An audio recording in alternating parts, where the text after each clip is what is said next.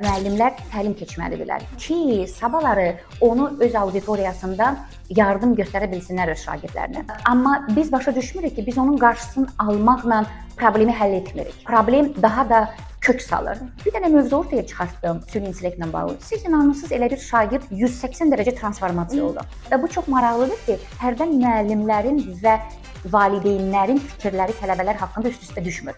Biz dərsə avtomat olaraq giririk, avtomatlaşır. Salam, dərsin mövzusu budur və kimsə o avtomatdan, yəni bu rutindən kənar çıxırsa. Salam, hər birinizə xoş gördük. Bugün qonağımız Sevil xanımdır və biz bugün süni intellekt dövründə xüsusən də təhlükələrdən necə qorunaq, kiber təhlükələrdən ondan danışırıq, amma məktəb mühitində. Sevil xanım, xoş gördük. Siz sağ olun, çox sağ olun qonaq qismində çağırdığınız üçün, bu önəmli bir mövzuya toxunduğunuz üçün düşünürəm ki, çox faydalı bir söhbət ola bilər. Sevil xanım, bizim auditoriya sizi tanısın deyə, zəhmət olmasa özünüz haqqında qısa bir məlumat verərsiniz. Bəli, mən Sevil Ağayeva, mən artıq neçə ildir universitetdə çalışıram, ali məktəblərdə işləyirəm. Hal-hazırda ADO Universitetində çalışıram, eyni zamanda da təlimçiyəm. Bizim öz təlim mərkəzimiz var, IGP Təlim və Tədris Mərkəzimiz. Orada biz daxili təlimlər təşkil edirik müəllimlərimiz üçün. Müxtəlif mövzulara biz toxunuruq.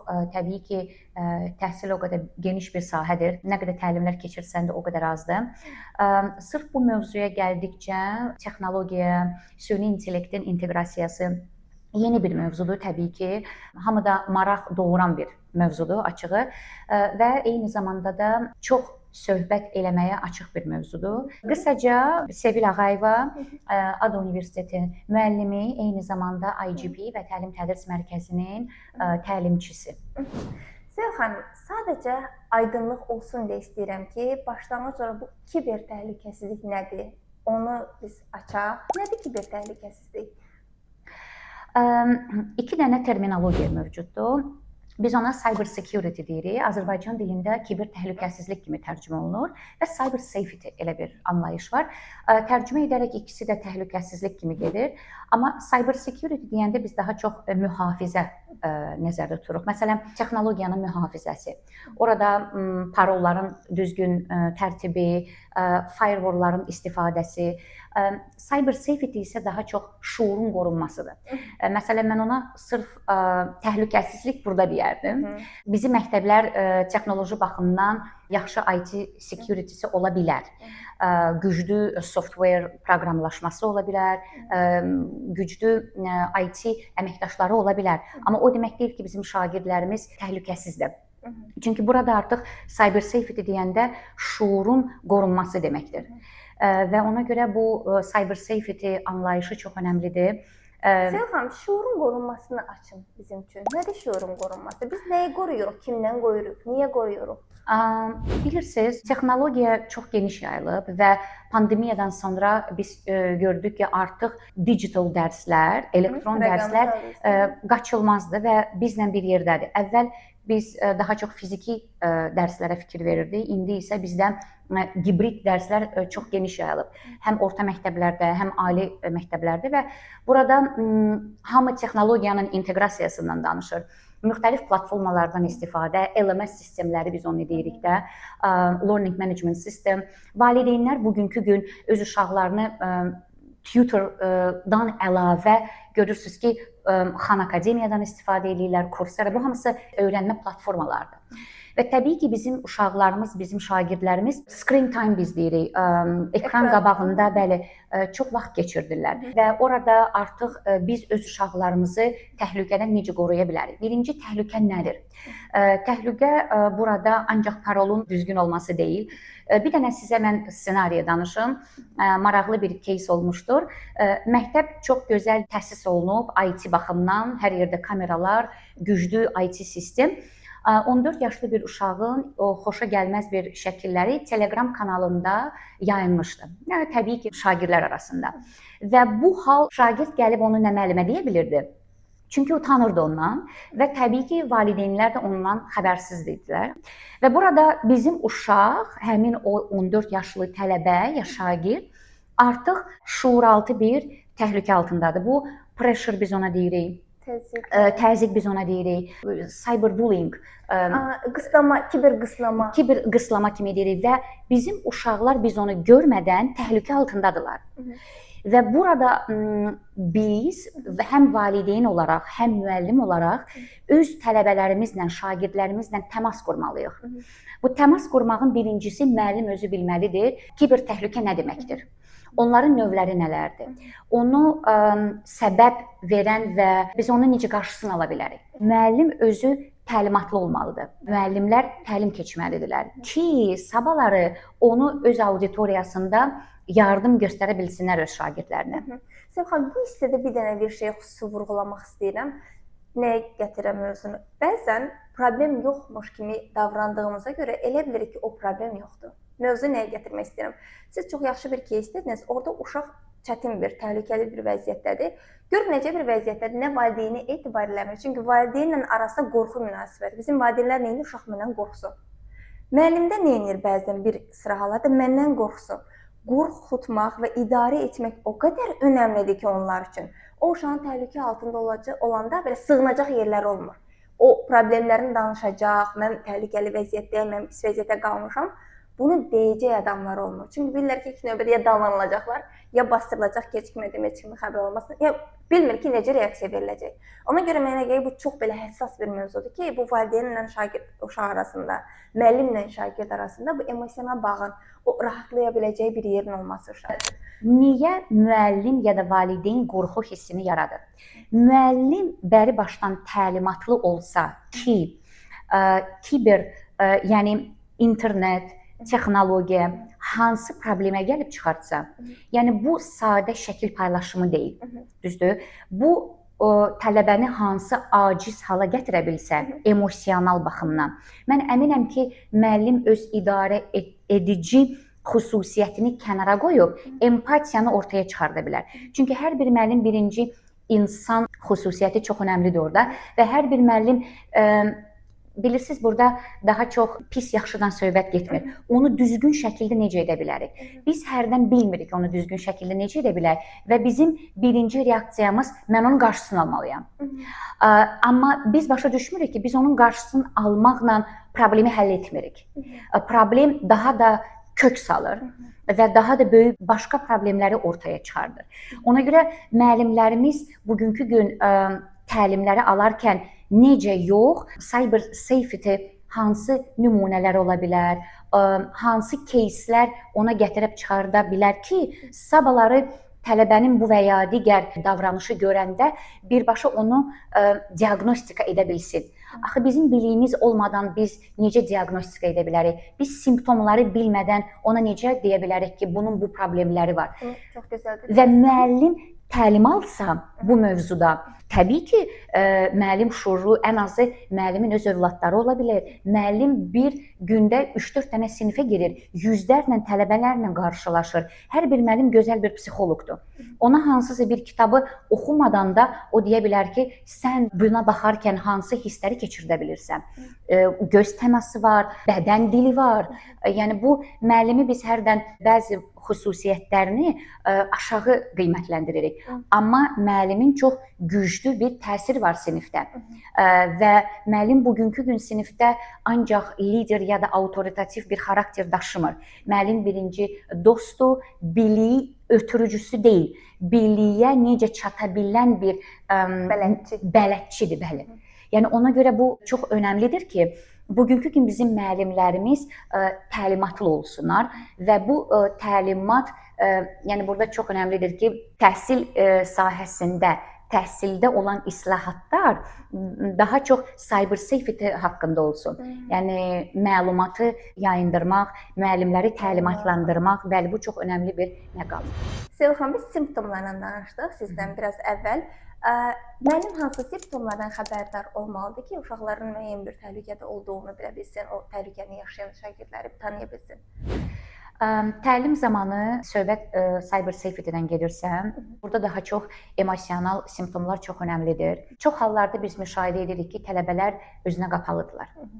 Kimsə ona deyir ki, bu introvertdən irəli gəlir. Qəfəs bizdə keçən dəfə bir dənə valideyn iclası var idi, bir dənə off topic idim. Orada bir çox səliqəli bir həqiqətən şagirddir. Sadəcə olaraq valideyn deyir ki, özünə qapalı birdir, asosialdır. Bir dənə mövzu ortaya çıxartdım süni intellektlə bağlı. Siz inanırsınız, elə bir şagird 180 dərəcə transformasiya oldu. Və mən başa düşdüm ki, valideyn öz övladını evin çərçivəsində düzgün diaqnostika etmir. Bəlkə də evdə asosialdır.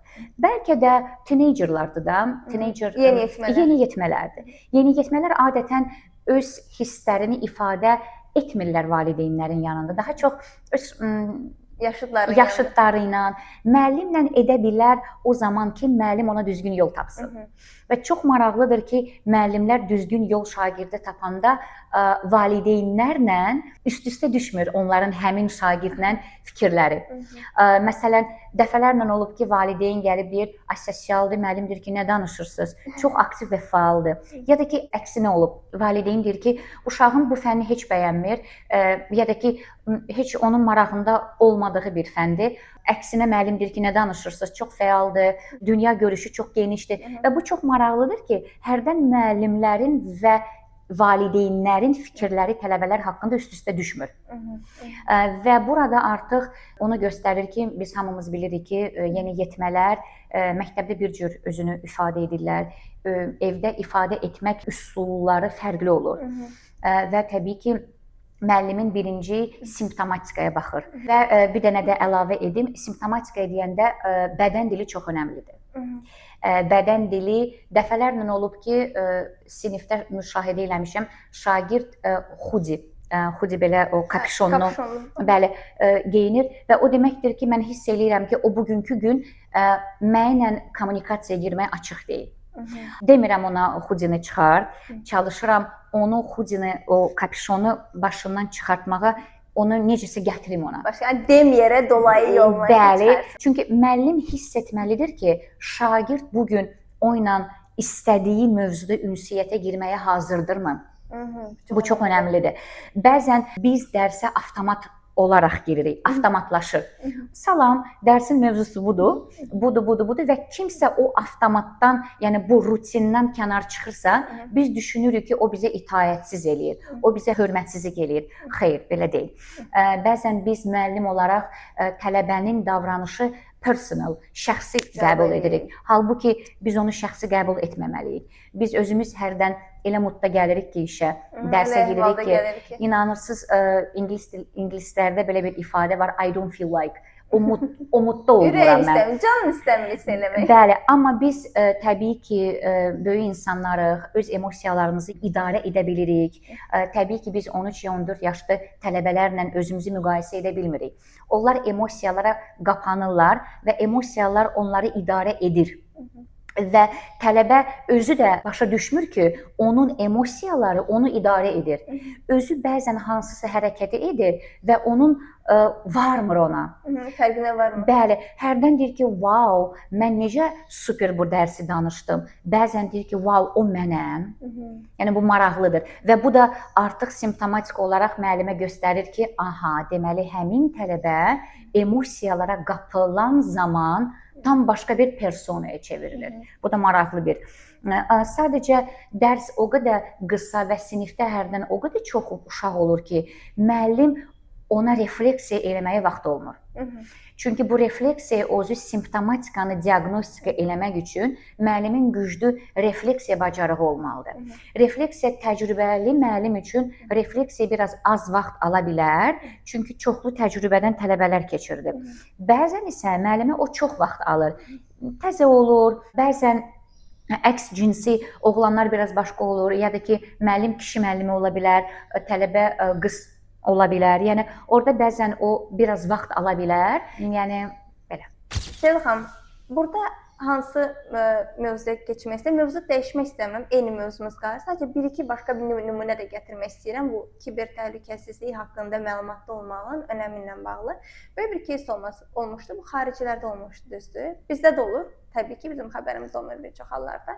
Bu evdə anası ilə və ya müəllimlə o bayaq dediyim kimi emosional olacaq rahatlıq tapa bilməyəcək, kifayət qədər sevgi görməyən, dəstək görməyən, sevilməyən uşaqlar adətən internetə üz tuturlar və internetə üz tutanda onları bəyənmə, onlara xoş söz söyləmə. Elə bil ki, oradan istəyirlər ki, məni bəyən, məni sev, mənə xoş söz de və s. və ilaxır.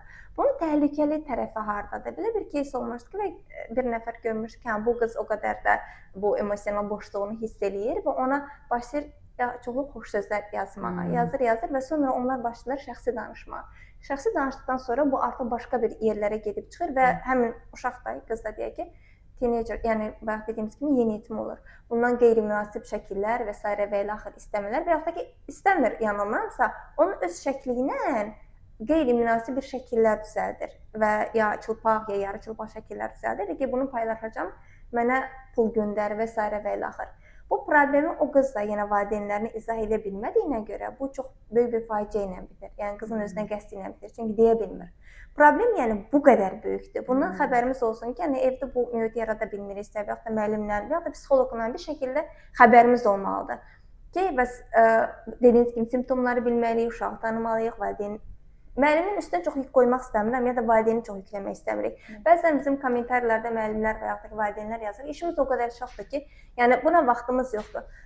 Bunu tamamilə anlayırıq, anlamayan yerdən bunu demirik. Bunu əslində hansı daha önəmlidir? Bu məsələ var. Bu çox kompleks bir məsələdir. Mürəkkəbdir. Çox kompleks, mürəkkəb. Ümumiyyətcə burada biz üç bucaq qururuq. Mən bunu üç bucaq kimi görürəm açığı. Tələbə ortada, bir tərəfdən müəllimin rolu, valideyn rolu və məktəbin rolu.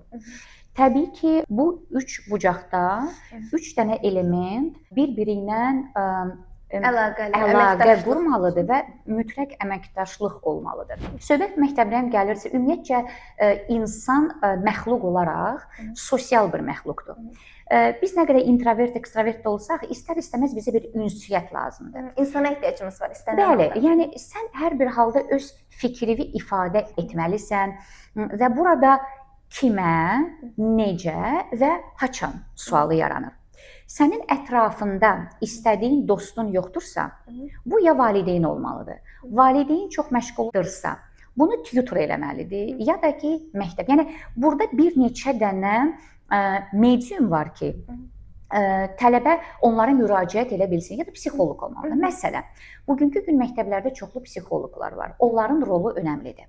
Məktəb olaraq onlar uşaqlara extracurricular activities, əlavə dərslər, məsəl üçün şahmat dərsləri, basketbol, voleybol, fiziki fəaliyyət klublar deyirik də biz ona. Məsələn, idman klubları olmalıdır, reading clubs, oxumaq klubları olmalıdır ki, axı hamı idmançı olmaq məcburiyyətində deyil. Kimsə oxuyur, kimsə məsəl üçün STEM-lə bağlı hansısa uşaqlar üçün startaplar olmalıdır məktəblər. Balaca klublar yaradılmalıdır məktəblər tərəfindən. Bu bir həll yolu.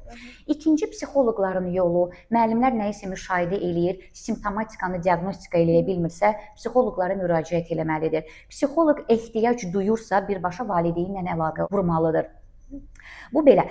Valideynlər də öz tərəfindən təbii ki, biz indi bir-birimizdən çox ünsiyyət yaratmırıq. Amma mən əminəm ki, hər bir valideynin işdən gələndən sonra çox yox, 5-10 dəqiqə çay içərkən axşam oğlum, qızım nə baş verib?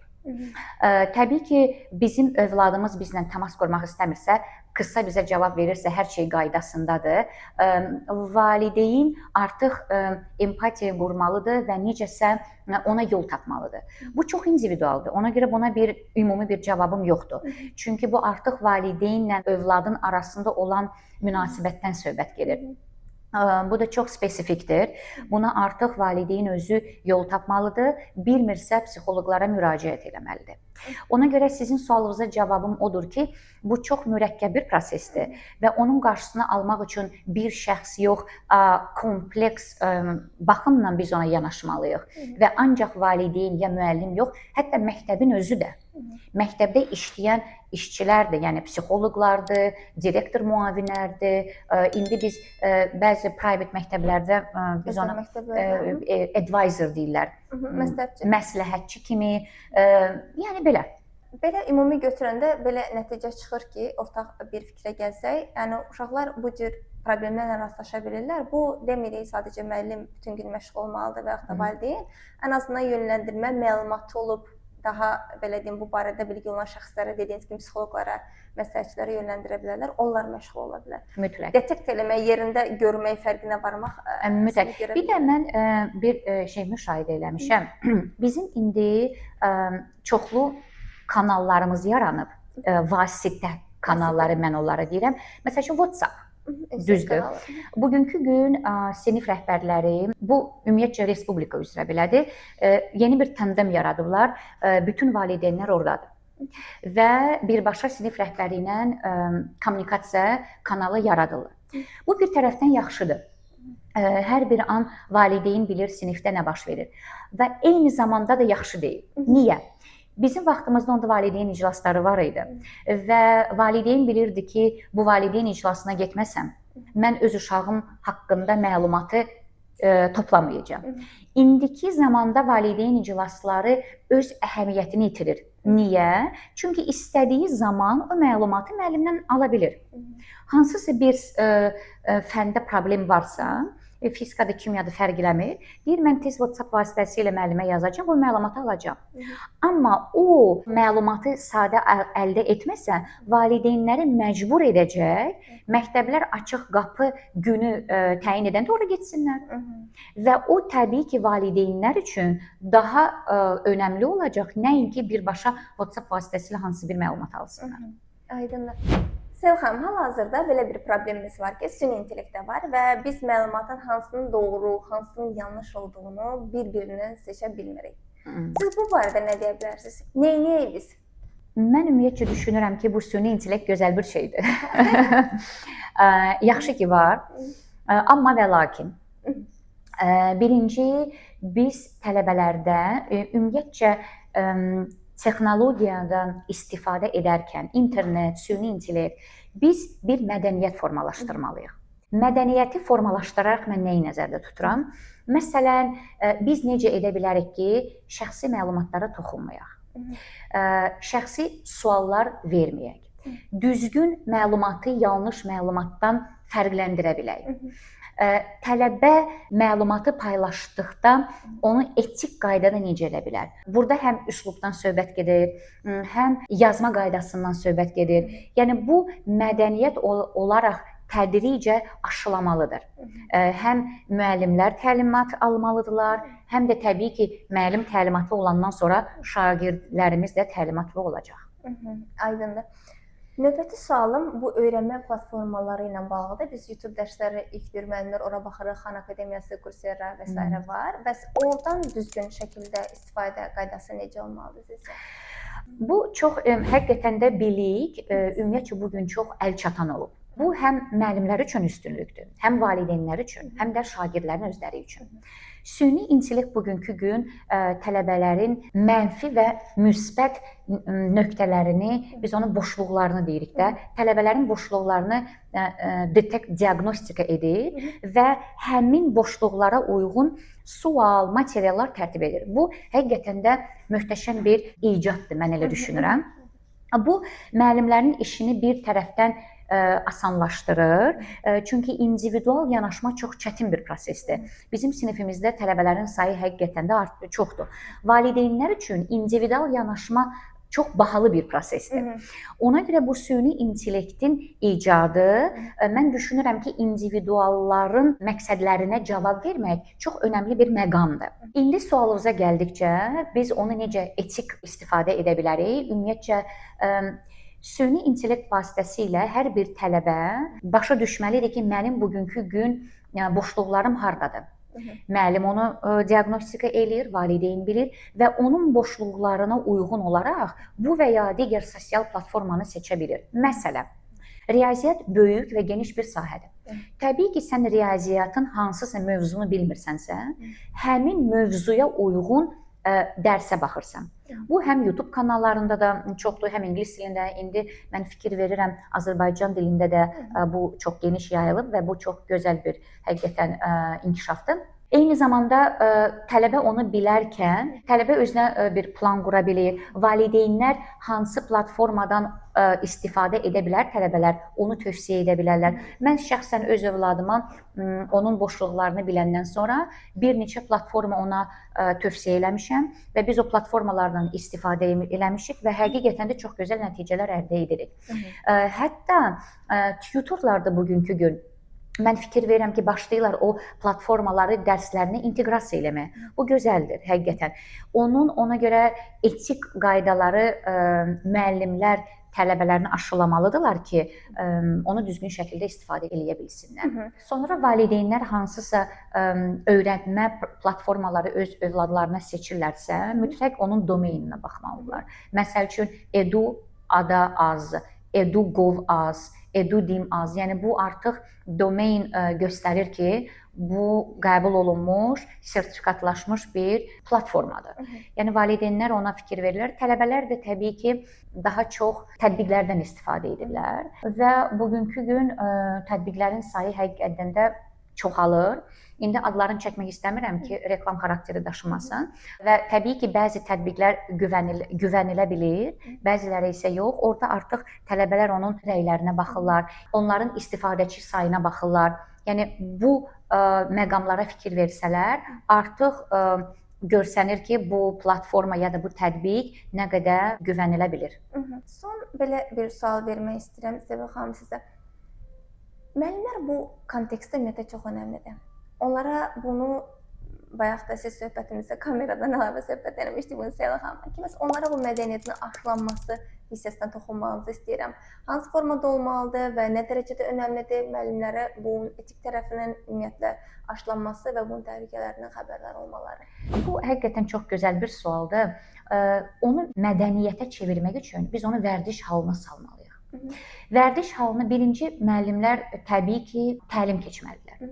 Və bu artıq bizim təhsilimizin bu tövsiyə deyil, bu zərurətdir. Mən onu belə görürəm. Bu zərurətdir, təlim keçməlidir. Təlim keçəndən sonra müəllimlər onu öz gündəlik dərslərində tətbiq eləməlidirlər. O vərdiş halına düşəndən sonra müəyyən bir mədəniyyət formalaşa bilir. Və o mədəniyyət formalaşandan sonra təbii ki, müəllim onu şuuraltı sinifə gəlir və öz tələbələrinə həmin mədəniyyəti ötürür. Biz burada hidden curriculum deyirdik, gizli kurikulum dərsdə. Yəni bir formada ola bilər ki, dərsin rəsmi olaraq bir hissəsi deyil, amma bir formada onu müəllimdən mənimsəyir, şagird onun davranışlarından, sözlərindən, müəyyən kommentlərindən falan mənimsəyir. Sevil xanım, bizim auditoriyaya demək istədiyiniz bu mövzu ilə bağlı hər hansı bir mesaj son olaraq, mənə gəlir ki, indiki verdiyim bütün mesajlar önəmli idi belə baxanda. Amma ilkin olaraq nəsə demək istəyirsiniz və mənim vermədiyim bir sual ola bilər, indiki də xatırlatmadığımız bir şey ola bilər. Tövsiyəm odur ki, birinci biz bir öyrədici və müəllim olaraq özümüzdən başlamalıyıq. Təlim almasaq da biz hər zaman refleksiya edib özümüzə sual verməliyik ki, məndə bu problem varmı sinifdə? Mənim bu problemim varsa, mən onu necə öhdəsindən gələ bilərəm? Öncədən dedim ki, məlumat çox əlçatan olub və hərdən biz onu özümüz istədiyimiz şəkildə ala bilərik. Ona görə mən ümid edirəm ki, cyber safety artıq mədəniyyət olaraq bizdə formalaşacaq və biz öz övladlarımıza, şagirdlərimizə onu ötürəcəyik. Mən belə sonlandırmaq istəyərdim ki, biz süni intellekt əsrində yaşayırıq və bugünkü gün kiber təhlükəsizlik mədəniyyəti formalaşdırmaq artıq bizim üçün zərurətdir. Və mən ümid edirəm ki, hər bir müəllim və təhsil ocağı buna böyük bir diqqət verəcək. Həm təlimlər baxımından müəllim olaraq özümüzdən başlamalıyıq və valideyn olaraq da biz ona daha çox diqqət yetirməliyik. Biz sadəcə olaraq bu da bir haldır, ona gözümüzü yumub keçməməliyik. Videonu bura qədər izlədiyinizə görə təbrik edirəm və təşəkkür edirəm. Bizi izləməyi, paylaşmağı unutmayın. Özünüzə yaxşı baxın. Hələlik.